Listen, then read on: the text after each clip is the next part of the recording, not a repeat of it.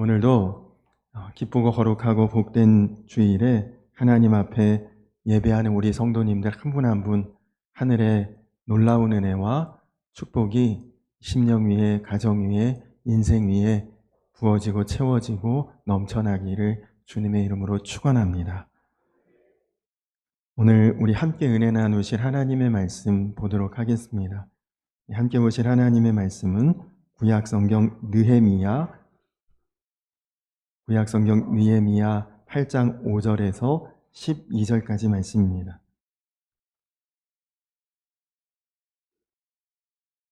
구약의 738면 부분에 찾아보시면 되겠습니다. 느헤미야 8장 5절에서 12절까지 말씀.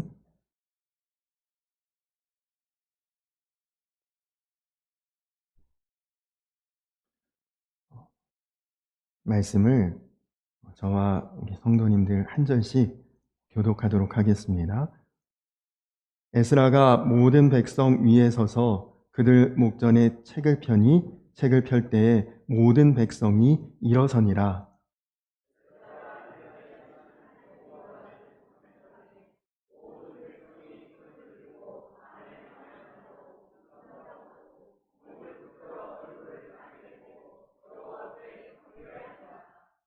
예수아와 바니와 세레비아와 야민과 악굽과 사부대와 호디야와 마아세야와 그리다와 아사랴와 요사밧과 하난과 블라야와 레위 사람들은 백성이 제자리에 서 있는 동안 그들에게 율법을 깨닫게 하였는데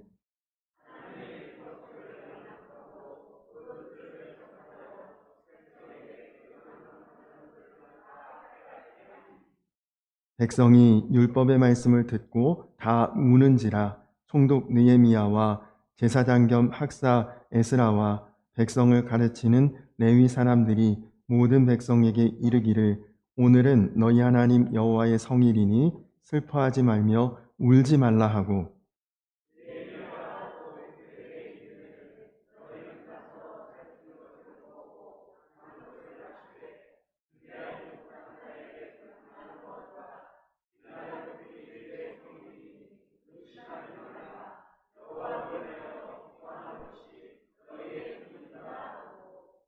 레위 사람들도 모든 백성을 정숙하게 하여 이르기를 오늘은 성일이니 마땅히 조용하고 근심하지 말라 하니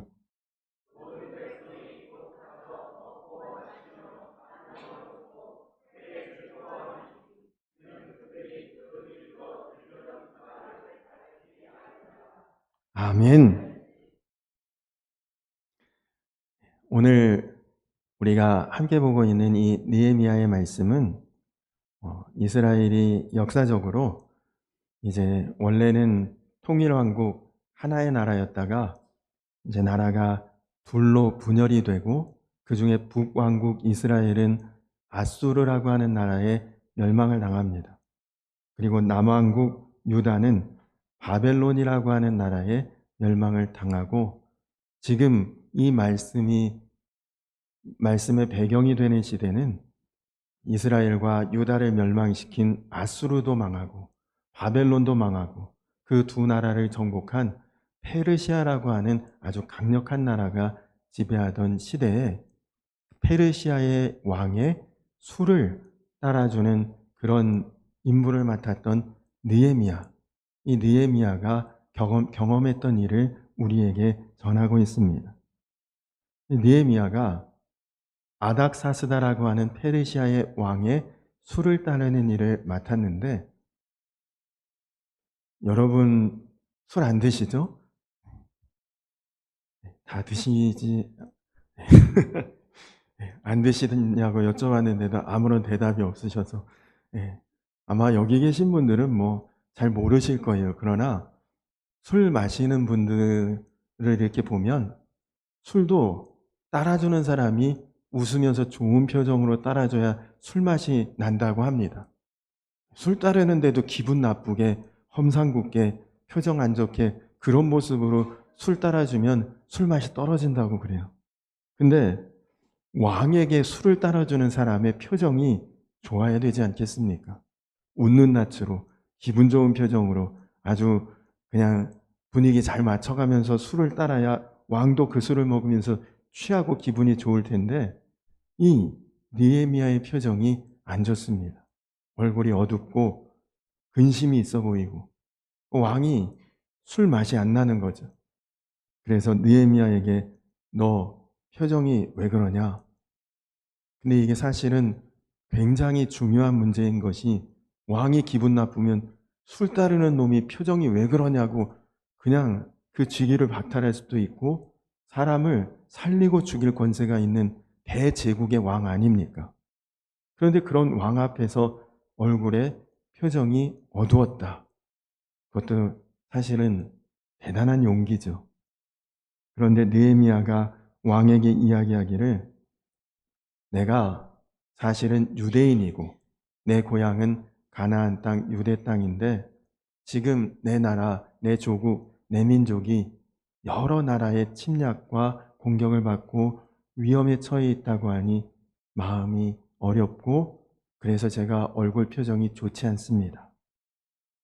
그래서 이 아닥사스다 왕이 그러면 내가 너와 너에게 모든 것들을 지원해 줄 테니 가서 네 조국의 그 어렵고 위험한 상황을 해결하고 다시 돌아와라.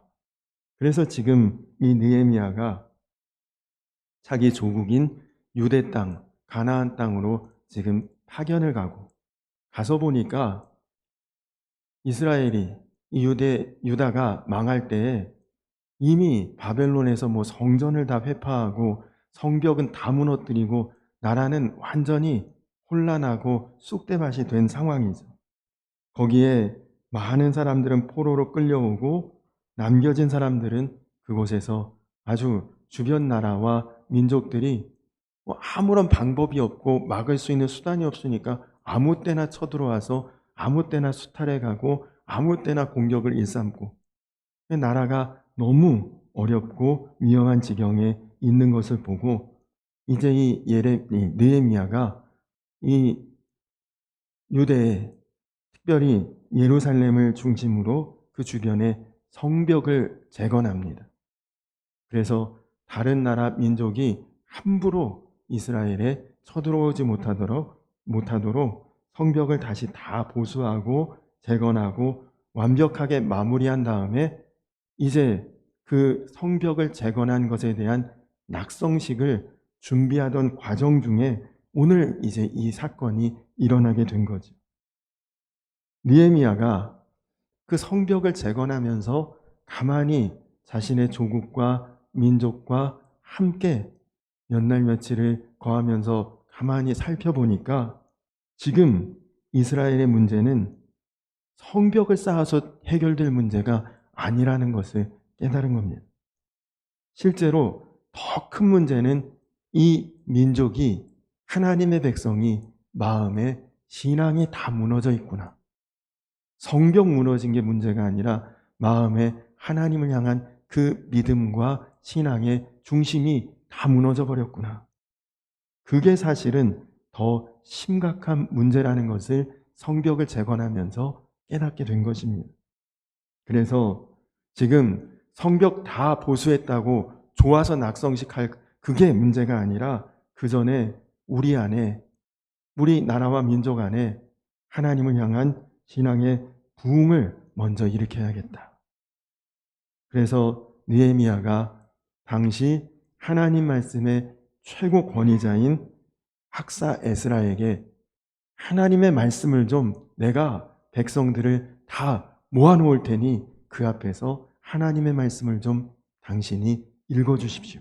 그렇게 요청을 합니다. 무슨 하나님의 말씀이 이런데 이 말씀을 통해 우리가 이렇게 살아야 된다.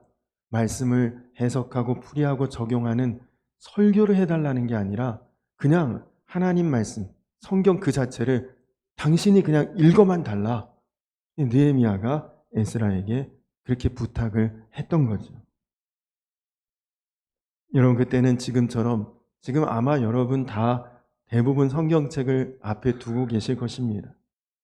다 여러분들 성경책 가지고 다니든지 아니면 두고 다니든지 성경책이 흔하죠. 그런데 당신은 성경책을 누구나가 다 가지고 있으면서 쉽게 보는 그런 때가 아니었습니다. 하나님의 말씀은 오직 성전에만 보관이 되어 있었던 시대입니다. 그래서 지금 느헤미야가 사람은 내가 모아놓을 것이니 당신은 모아놓은 사람 앞에서 하나님 말씀을 그대로 읽어주시기만 해달라 부탁을 한 것입니다. 그래서 오늘 말씀에 보니까 총독인 느헤미야가 이스라엘 백성들을 일제히 수문앞 광장, 우리나라로 치면 아마 무슨 광화문 광장 정도 될까요?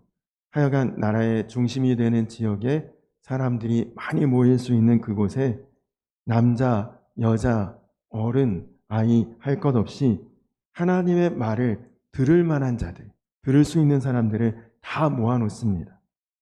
그리고 학사 에스라가 이제 단 위에 올라가서 율법책을 착 꺼내서 읽으려고 말씀을 딱 펼칩니다. 근데 여러분 오늘 말씀에 보니까 그때에 이스라엘 백성들이 전부 자리에서 일어났다고 기록되어 있습니다. 왜 그랬을까요? 하나님이 하시는 말씀이니까. 하나님의 말씀을 하나님의 말씀으로 대하는 그런 마음으로 다 자리에서 일어났다는 것입니다. 여러분, 어른이, 나이 많고 존경받는 어른이 나에게 무슨 이야기를 하는데 자리에 그냥 들어 누워서 이야기를 들을 사람 있겠습니까? 조금 예의를 갖추면 똑바로 앉아서 들을 것이고, 더 예의를 갖추면 감히 앉지 못하고 일어나서 말씀을 경청하겠죠. 하나님이 나에게 말씀하신다 생각하니까 아무도 그 자리에 그냥 주저앉아 있지 않고 다 자리에서 일어나서 하나님의 말씀을 들었다는 거죠. 그러니까 하나님의 말씀을 정말 하나님의 말씀으로 이 사람들이 마음에 여기고 있다는 것이죠. 그리고 그 말씀을 읽을 때마다 이 사람들이 아멘 아멘 하며 손을 들고 응답했다. 그렇게 말씀을 기록하고 있습니다. 여러분 지금도 똑같습니다.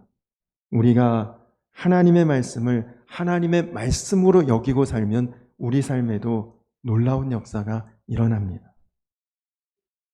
여러분 하나님의 말씀을 하나님의 말씀으로 여기는 것 당연한 것 아닙니까? 당연한 것 같은데 사실은 그렇게 잘 못한다는 게 문제지. 우리가 하나님의 말씀을 얼마나 무시하고 그리고 소홀히 여기고 사는지 모릅니다. 말씀이 너무 가볍고 편한 시대가 돼버린 거예요. 여러분 오늘 예배하러 교회에 오시면서 막 가슴이 두근두근하고 떨리고 아주 기대하고 사모하는 마음으로 오셨다. 그게 정상입니다. 그런데 무덤덤하고 또 주일이구나. 그냥 아무 기대 없이 생각 없이 그냥 이 시간의 자리에 존재하는 것만을 목적으로 왔다면 그러면 이미 우리는 하나님을 하나님으로 하나님의 말씀을 하나님 말씀으로 여기지 않는 거예요. 전에 어떤 부흥에 참석을 했었는데 장학봉 목사님이라는 분이 강사님이셨습니다. 근데 그 목사님 하시는 이야기가 전 세계에서 성경책에 지퍼가 달린 나라는 우리나라가 유일하다. 그런 이야기를 하시더라고요. 여러분 어떻습니까? 여러분 성경 지퍼 달려 있습니까? 달려 있는 게 사실 문제는 아니죠. 그게 주일에만 열리느냐 아니면 수시로 열리느냐 그게 중요한 것 아니겠습니까? 우리가 정말 하나님의 말씀을 하나님을 대하듯이 그렇게 대하고 여긴다면 보고 또 보고 귀하게 소중하게 여길 텐데 그런 마음이 우리에게 많이 식어지지 않았습니까? 전에 코로나가 시작되고 막 이제 퍼지기 확산되기 시작할 때쯤에 교회에서 예배드리지 못하도록 행정명령이 내렸던 적이 있습니다. 그때 충격이었죠. 한국 교회와 성도들이 반발하기도 하고 그런 행정명령 무시하고 몰래 모여 예배드리는 교회들도 있었죠. 그러면서 하나님 앞에 주일에 예배드리는 것까지 어떻게 막을 수 있느냐고 많이들 분노하기도 하고 격해지기도 했는데, 그때의 마음은 예배 못 드리면 큰일 나는 줄 알았고, 그런 행정명령 다 이제 사라지고 그러면 마음을 다해 뜻을 다해 예배하리라고 대부분 다 그런 생각 가졌지만, 지금 어떻습니까? 예배 못 드리게 막는 사람 없고, 그리고 예배 못 드리게 그렇게 방해하는 그런 여건도 아니지만, 오히려 지금 아유, 영상으로도 다 예배 드릴 수 있는데 영상으로 드려도 되지. 이제는 오히려 마음이 그렇게 다 눈 녹듯이 녹아져 버리지 않았습니까? 그런데 지금 이스라엘 백성들이 지긋지긋하게 포로 생활하고, 그리고 주변 나라들 민족들에게 공격받고 어려움 당하고 위태로운 순간을 겪으면서 이제서야 그들이 마음 가운데 깨달아진 것이 있습니다. 여러분은 하나님의 말씀을 어떻게 대하고 계십니까? 예수님께서 말씀하시기를 예수님 당시에 하나님 말씀을 제일 잘 준행하고, 그리고 잘 지키고, 그리고 말씀을 귀하게 여기는 사람들이 바리새인들과 서기관들, 그런 사람들이 하나님 말씀을 자기들이 제일 잘 지키고 소중하게 여긴다라고 그들이 생각했지만, 예수님이 보니까 실제로 전혀 그렇지 않았습니다. 그래서 예수님께서 누가복음 7장 32절에 그 바리새인과 서기관들에게 뭐라고 말씀하셨습니까?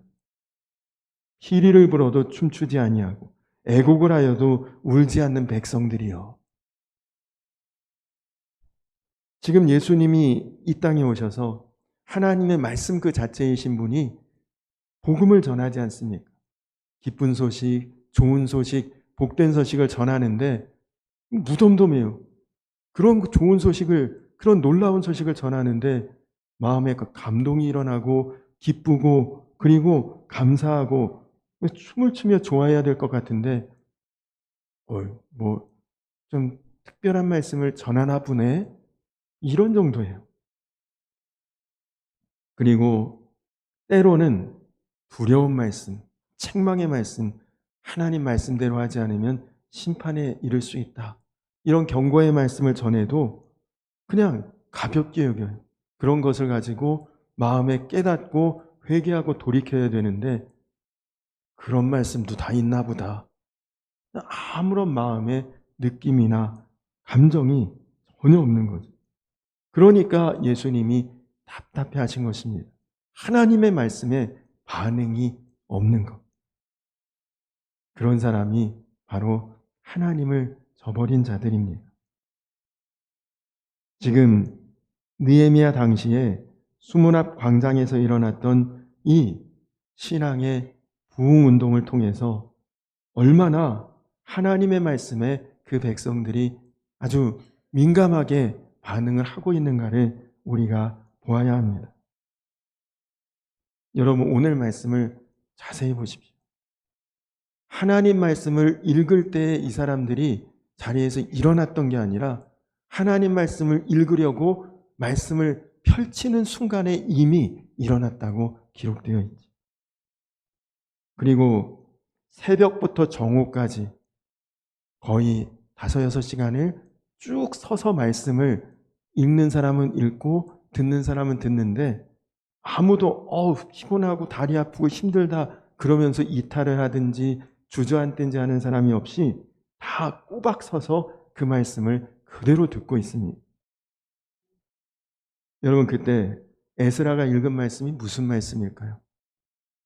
아마도 토라, 모세오경, 창세기부터 신명기까지의 말씀을 읽었겠죠. 그 말씀을 들으면서 이 백성이 말씀을 듣고 9절에 보니까 우는지라. 말씀을 듣는데 마음에 뜨거운 감동이 있고 눈물이 막 주체할 수 없이 쏟아져 내리는. 여러분, 성경 읽을 때 마음이 막 뜨거워져서 울어보신 적 있습니까? 아니면 누가 성경 말씀을 읽어주는데 들으면서 마음에 막 감동이 돼서 눈물 흘려보신 적 있습니까? 생각해보면 놀라운 일이죠. 말씀을 듣는데 주체할 수 없이 울고 눈물 흘리고 통곡하고.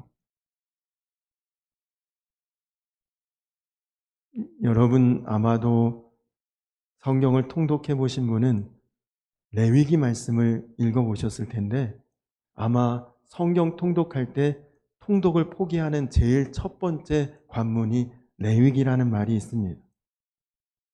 거의 제사 규정, 율법 규정에 대한 내용인데 읽으면 너무 힘들고 지루하고 이해가 안 되고 그냥 딱딱해요. 근데 여러분 이런 레위기 말씀을 보면서 혹은 레위기 말씀을 들으면서 막 마음에 감동이 일어나고 눈물 흘리고 그런 일이 어떻게 일어납니까? 근데 지금 에스라가 무슨 복음서를 읽는 것도 아니고 예언서를 읽는 것도 아니고 그냥 가장 딱딱한 하나님의 율법서를 읽고 있는데 걷잡을 수 없이 눈물이 쏟아지고 백성들은 울고 통곡하고 하나님의 말씀 앞에 지금 이스라엘 백성들의 반응이 이렇게 뜨거웠던 것입니다. 그러니까 놀라운 부흥이 일어나게 된 거예요. 여러분, 부흥이라고 하는 것은 다른 게 아니라 하나님의 말씀에 나의 반응이 뜨거워질 때 그것이 부흥인 것이죠. 지금 이스라엘 백성들이 이 하나님의 율법을 들으면서 왜 울까요, 이 사람들? 왜 그 말씀을 들으면서 통곡하고 울며 그렇게 하나님의 말씀을 일어서서 듣고 있습니까? 가만히 하나님의 말씀을 들으면서 깨달은 것이 기가 막힌 것입니다. 하나님의 율법을 쭉 읽어주는데 우리가 지금 왜 이 모양이 되었는가? 우리가 지금 왜 이런 운명에 처했는가? 그냥 하나님 말씀 들으니까 이제야 깨달아진 거예요. 전에는 우리가 이 땅의 주인이었는데 지금은 남의 종살이하고, 전에는 우리가 다 먹고 사는데 문제 없었는데 지금은 다 곤궁하고 궁핍하고 굶주리고 다 모든 게 다 빼앗긴 남의 것이 되었고 아무나 와서 막 이제는 침략하고 노략질하고 다 빼앗기는 그런 약하고 그리고 처량한 신세가 되고. 그런데 에스라가 읽어주는 율법을 가만히 듣다 보니까 하나님이 이렇게 하라고 하신 말씀 그대로 했으면 이런 일 일어나지 않았을 것임을 깨달았다는 것입니다. 아, 우리가 그렇게 살지 못했구나라는 것을 이제서야 말씀을 들으면서 깨닫게 된 것입니다. 전에는 하나님이 그런 말씀 하셨나? 관심도 없었거든요. 언젠가 둘의 마을 공동체를 세우신 김진홍 목사님이라는 분이 기독교 방송에 나오셔서 소천하신 어머니에 대한 이야기를 간증하신 적이 있습니다. 이 목사님 지금 이제 벌써 은퇴하신 지 꽤 오래되신 그런 연세니까 이 목사님이 초등학교 때쯤이면 아마 우리나라 6.25 직후에 아주 제일 빈곤하고 어려운 시절이었겠죠. 이 목사님이 초등학교 때에 어머니가 이 목사님에게 사람은 책을 읽어야 된다 그러면서 그 초등학교 어린 시절 이분이 고향이 경북 칠곡인가 그렇거든요. 사방이 다 두메 산골이고 그냥 외지하고는 단절된 그런 지역인데 근데 어머니가 그렇게 열심히 책 책 봐야 된다고 책을 구해다 주셨대요. 책 한 권이 귀한 시절인데. 근데 어머니가 조금만 돈 벌면 그거 가지고 헌책방 가서 장에서 책 사오고 주변 친척들 집에 다니면서 책을 구해 오셨는데, 가져오시는 책이 대부분 심리학 개론 아니면 법학 통론, 뭐 이런 책들을 초등학생한테 읽으라고 가지고 오니, 이 목사님이 초등학교 때 그런 책을 보니까 한자도 많은 데다가 읽으면 이해도 안 되고 무슨 말인지 모르겠고, 그래서 어머니께 이야기했대요. 어머니, 저 도저히 이제 못 읽겠어요. 읽기도 힘들고 읽어도 무슨 말인지 이해도 안 돼요. 그랬더니 이 어머니가 김진홍 목사님에게 이렇게 이야기를 하셨다니. 책 못 읽어도 되니까 들고만 다녀라. 책 읽는 것은 습관이니까 책을 들고만 다녀도 장래에 반드시 너에게 유익이 될 것이다.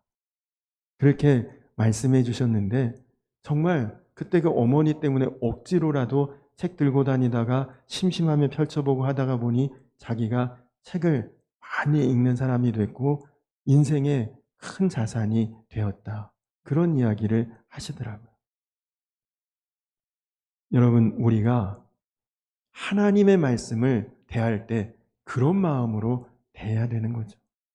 하나님의 말씀을 당연히 읽어야 되는 것이지만 못 읽겠다, 들고라도 다니십시오. 하나님의 말씀을 하나님의 말씀으로 여기는 그런 자세를 가지면 여러분에게 반드시 하나님이 역사하십니다. 이스라엘 백성들이 그렇게 못했던 것을 지금 깨닫고 나니 한없는 눈물이 쏟아지는 것입니다. 하나님 말씀 진작에 듣고 깨닫고 그대로 준행하고 살았더라면, 지금 살아왔던 인생이, 그리고 이 민족의 운명이 너무 한스럽고 후회가 돼서 울었던 것이죠. 그런데 여러분, 또 한편으로는 이제는 이제라도 이렇게 살아야 되겠구나, 그런 소망이 보여서 기뻐서 또 눈물이 나는 것입니다. 회개가 터지니 울고 하나님 말씀이 정말 믿어지고 미래의 소망이 보이니까 또 감격의 눈물이 나오고, 그러면서 이스라엘 백성들이 하나님 앞에 결단합니다. 하나님 말씀대로 꼭 살겠습니다. 하나님 말씀이라면 한 가지도 내가 빠뜨리지 않고 반드시 지키겠습니다. 근데 여러분, 옛날엔 안 그랬을까요? 지금 이 이스라엘 백성들의 조상들도 하나님 말씀대로 살겠다, 지키겠다, 여호수아 말씀을 보면 다 그렇게 해서 가나안 땅에 들어갔고 하나님 복 받고 그 땅 주인 되고 다 다짐했지만 어떻게 됐습니까? 그대로 안 했잖아요. 불순종했잖아요. 그렇게 살겠다고 해놓고도 어기기를 수없이 하고, 그래서 이 수문앞 광장에 모인 이스라엘 백성들이 이제는 말로만 결단하지 않겠다. 내가 하나님 앞에 결심하고 또 다짐한 것 내가 글로 문서로 남기겠다. 진짜로 지키겠다는 뜻으로 전에는 회개만 했지만 이제는 글로 남겨서 후손들에게 보게 하겠다. 그 문서에 사인하고 자기들의 결단을 쓴 그 내용이 여러분 느헤미야 10장 1절부터 27절에 누가 그렇게 결단했던 이름이 쭉 나옵니다. 제가 얼마 전에 새벽 기도회 때 또 전했던 내용인데요. 예전에 어떤 성도님이 자신이 직접 경험했던 이야기를 해주신 그런 간증입니다. 그분이 시골에 살다가 서울에 있는 대학에 진학을 하게 되었고, 그래서 고등학생인 동생까지 데리고 공부하려면 서울 가서 해라. 그래서 자기하고 동생하고 서울에 올라와 이제 자취를 하게 되었답니다. 근데 여러분, 지금 우리가 만약에 서울에 이사 간다 그러면 얼마나 어려워요. 집값도 그렇고 물가도 그렇고 서울 살기 만만치 않죠. 이분도 시골에서 서울에 올라왔는데 형편이 넉넉지 않으니까 좋은 곳을 얻지 못하고 그야말로 단칸방, 방 한 칸 얻어서 동생하고 둘이 생활하는데, 워낙에 뭐 둘 다 공부하고 또 형은 아르바이트도 하고 해야 되니까 아침부터 저녁까지 형제가 아침에 나가면 만날 일이 없어요. 저녁에 집에 와서야 간신히 얼굴 보고 밥 한 끼 먹고, 그게 이제 생활이죠. 그리고 반찬이라고 해봐야 가난하고 어려운 시골에서 싸준 김치하고 간장이 전부였습니다. 어느 날 밤에 들어와 보니 형광등이 나갔는데 둘 다 바쁘기도 하고 돈도 없고 해서 형광등을 갈 그런 엄두가 안 나서 일주일 동안을 불 꺼진 집에서 밤이면 그냥 형제가 그 김치와 간장 반찬 놓고 촛불 켜고 밥 먹고 지냈대요. 그리고 이제 주일이 돼서 간신히 조금 이제 시간 여유가 되니까 형광등을 사다가 갈아 끼우고 그날 저녁 먹으려고 자기는 밥을 푸고 동생은 이제 간장 뜨러 항아리에 갔는데 약 하고 동생이 비명을 지르더랍니다. 그래서 이분이 "왜 그래?" 그러면서 나가 보니까 동생은 바닥에 주저앉아 있고 항아리 속에는 쥐 한 마리가 죽은 채로 간장독에 빠져 있었던 거죠. 컴컴한데 불 안 들어오니 아무것도 모르고 일주일 동안 쥐가 빠져 죽어 있는 그 간장을 계속 반찬으로 떠서 먹은 것입니다. 여러분, 지금 이스라엘 백성들의 형편이, 상황이 정말 캄캄한 어둠과 같고, 그리고 정말 앞이 보이지 않는 그런 상황인데, 하나님의 말씀을 지금 듣고 보니까 이제야 살 길이 보이는 것입니다. 이제야 소망이 생기는 거예요. 여러분, 우리 인생 다르지 않습니다. 하나님 말씀 없을 때는 우리는 쥐가 빠져 죽어 있는 간장독에 그 간장을 퍼먹고 사는, 아무것도 보지 못하고 구별 못하는 그런 인생이었지만, 하나님 말씀이 우리 인생의 빛으로 우리의 삶을 비춰주시는 순간 이것은 죄이고 이것은 의이고 이것은 살 길이고 이것은 망할 길이고, 그제서야 우리는 눈뜨고 구별하고 보게 되는 것입니다. 여러분, 지금 현실이 어렵고 삶이 지치고 힘들어서 하나님 뜻 잘 모르고 분별하지 못한다. 그러나 오늘 말씀을 통해 하나님의 말씀이 우리 인생의 빛이시고 생명이시고 구원이시고, 그 말씀은 어떤 일시적이고 순간적인 빛이 아니라 영원하고 온전하고 끝까지 나의 걸음걸음을 비춰주시는 빛 되신 하나님의 말씀인 것을 믿으시기 바랍니다. 오늘 여러분의 마음이 수문 앞 광장에 모인 이스라엘 백성들과 같이 "주여 말씀하옵소서, 주여 들려주옵소서", 여러분 그렇게 간절한 마음으로 기도하시기 바랍니다. 느헤미야가 보니 성벽 건축하는 것보다 무너진 마음 회복하는 게 더 중요한 것이었어요. 지금 사는 거 힘들고 어렵고 궁핍하고 그거 해결되는 게 우선이 아니라 여러분 마음에 하나님 계심을, 하나님 말씀이 빛되심을, 그것 먼저 회복하는 것이, 그것이 우선순위입니다. 그렇게 될 때에 여러분, 느헤미야를 통해 이스라엘 민족에게 살 길이 열리고 영적 부흥이 일어났듯이 오늘 여러분의 인생에도 반드시 하나님이 빛을 비춰주시고 살 길 열어주시고 모든 것을 회복하게 하시는 놀라운 은혜가 임하게 될 줄 믿습니다. 그런 마음으로 정말 하나님의 말씀을 하나님 대하듯 하시는 저와 우리 성도님들 되시기를 주님의 이름으로 간절히 축원합니다.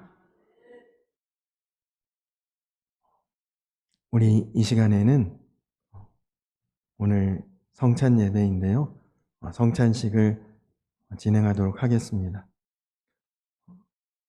우리 주보에 있는 성찬식 순서를 참고해서 우리 같이 성찬을 받으실 텐데, 항상 해왔던 것처럼 성찬식을 진행할 때 이 앞에 통로로 다 나오셔서 예수님의 몸인 빵을 받으시고 또 예수님의 피인 포도주를 마신 후에 자리로 들어가시면 되고요. 혹시나 거동이 불편하셔서 나왔다 들어가기가 어려우신 분은 성찬 예식이 그 줄이 다 끝날 때쯤에 손을 드시면 우리 성찬위원들이 그 자리로 직접 찾아가도록 하겠습니다. 성찬식 순서로 이제 진행을 하겠습니다. 주보를 참고하시고요. 이 시간 모든 성도를 주님의 식탁에 초대합니다. 교회여, 우리의 죄와 연약함을 주님 앞에 내려놓읍시다. 주님께서 여러분과 함께 주님께 감사합시다.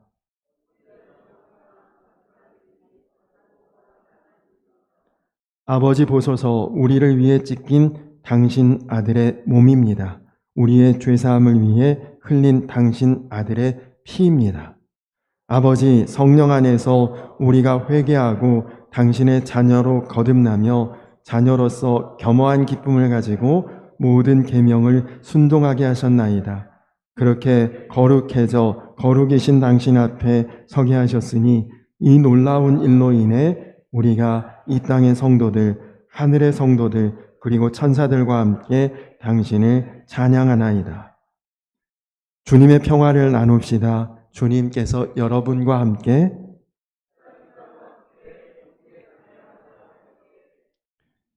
잡히시던 밤 떡을 들어 감사하시고 떼어 제자들에게 주시며 말씀하셨습니다. 받아 먹으라, 너희를 위한 내 몸이니라. 또 잔을 들어 감사하시고 제자들에게 주시며 말씀하셨습니다. 많은 사람을 위해 흘리는 바 나의 피 곧 언약의 피니라. 우리 성찬 분급위원 두 분 장로님은 앞으로 나와주시고, 먼저 제가 우리 분급위원들과 분급을 한 이후에 여러분들은 앞으로 나오시면 되겠습니다.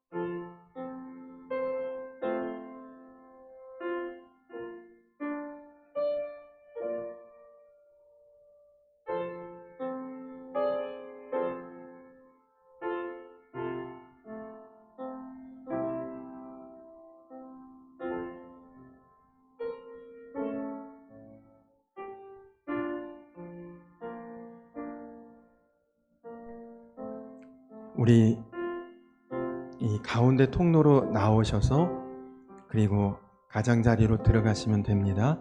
우리 앞쪽에 계신 분들부터 나오셔서 예수님의 몸인 빵을 받으셔서 드시고, 그리고 예수님의 피인 포도주를 마시고, 그리고 자리에 들어가셔서 묵상기도 하시기 바랍니다.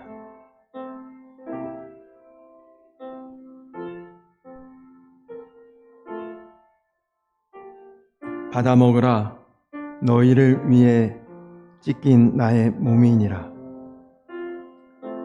받아 마시라, 많은 사람을 위해 흘리는 바 나의 피 곧 언약의 피니라.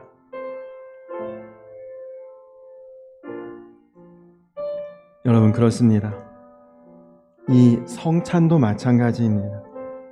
하나님 말씀에 반응하는 이스라엘 백성들의 마음처럼 여러분이 성찬에 여러분이 어떤 마음으로 반응하느냐에 따라서 성찬의 은혜는 하늘과 땅처럼 달라집니다.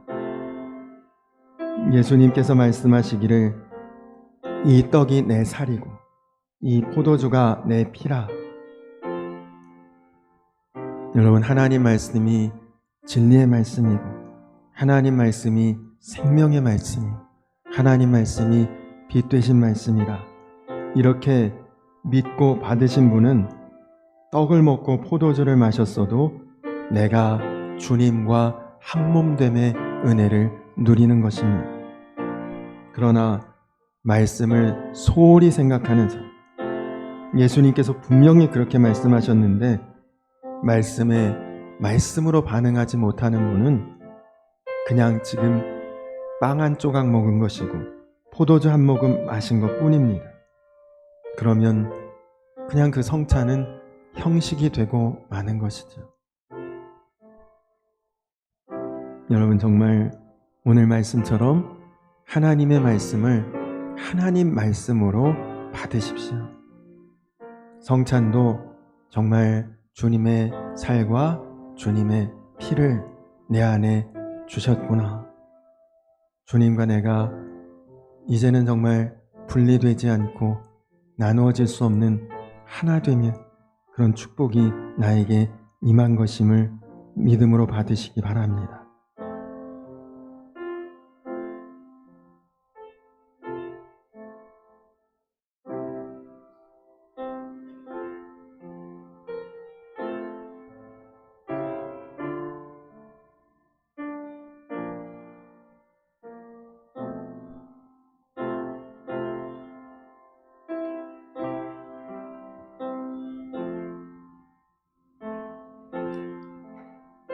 여러분이 먹고 마시는 주님의 살과 피는 여러분 안에 다 녹아집니다.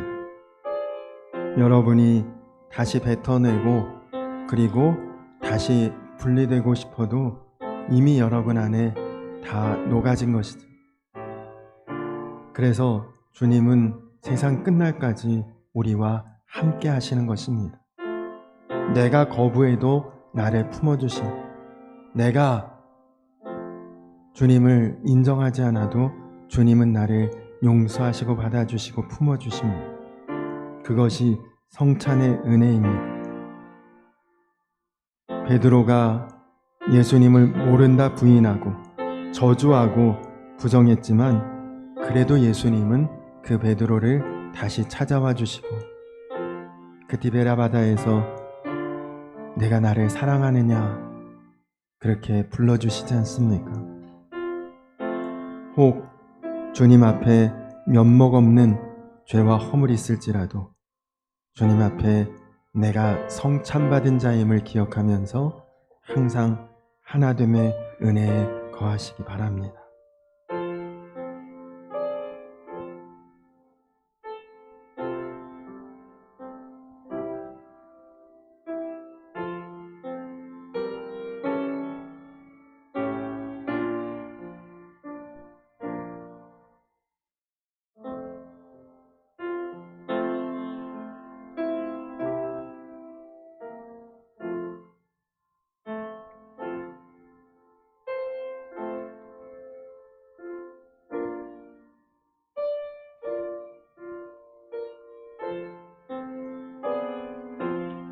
볼지어다 내가 세상 끝날까지 너희와 항상 함께 있으리라.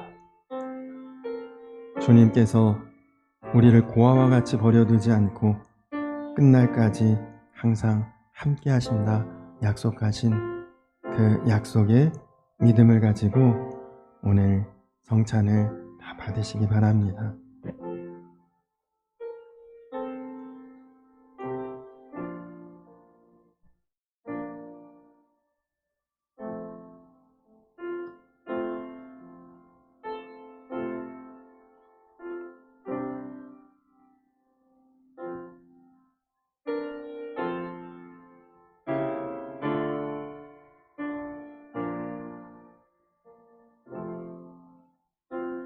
혹시 성찬을 나와서 받지 못하시는 분 계신가요? 없으시면 우리 반주자 성찬을 나와서 받으셔요.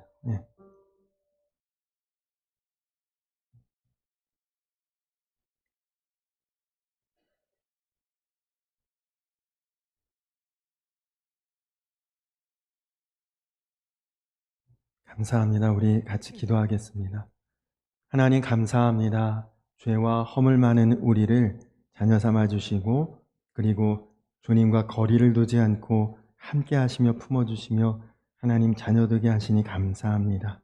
하나님, 오늘 말씀처럼 하나님의 말씀을 하나님 말씀으로 받을 수 있는 자, 성찬도 우리가 예수 그리스도의 몸과 또 피인 것을 인정하고 믿음으로 고백하며 주님과 하나됨의 은혜로 받는 우리 모두가 될 수 있도록, 그래서 이제는 우리 삶의 캄캄한 어둠이 말씀 가운데 빛되게 하시는 하나님의 은혜로 분별하고 구별하고, 그리고 온전히 그 말씀의 빛을 따라 나아가는 인생 다 되게 하여 주시옵소서. 감사드리며 예수님의 이름 받들어 간절히 기도드렸습니다. 아멘. 우리 다 자리에서 일어서서 오 신실하신 주 찬양 부르신 후에 오늘은 구자윤 목사님 축도로 예배를 마치도록 하겠습니다.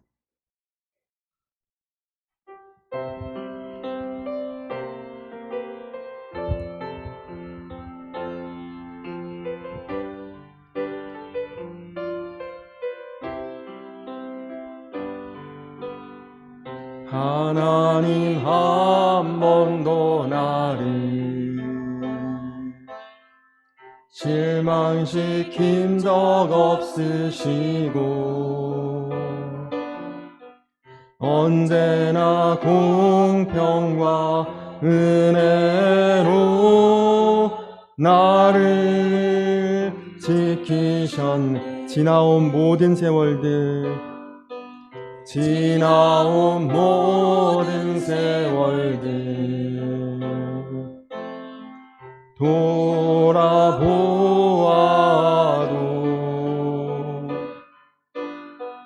그 어느 것 하나 주의 손길 안 미친 것 전혀 없네. 오 신실하신 주, 오 신실하신 주, 내 너를 떠나지도 않으리라, 내 너를 버리지도 않으리라. 약속하셨던 주님, 그 약속을 지키사 이후로도 영원토록 나를 지키시리라 확신하네. 아멘. 목사님.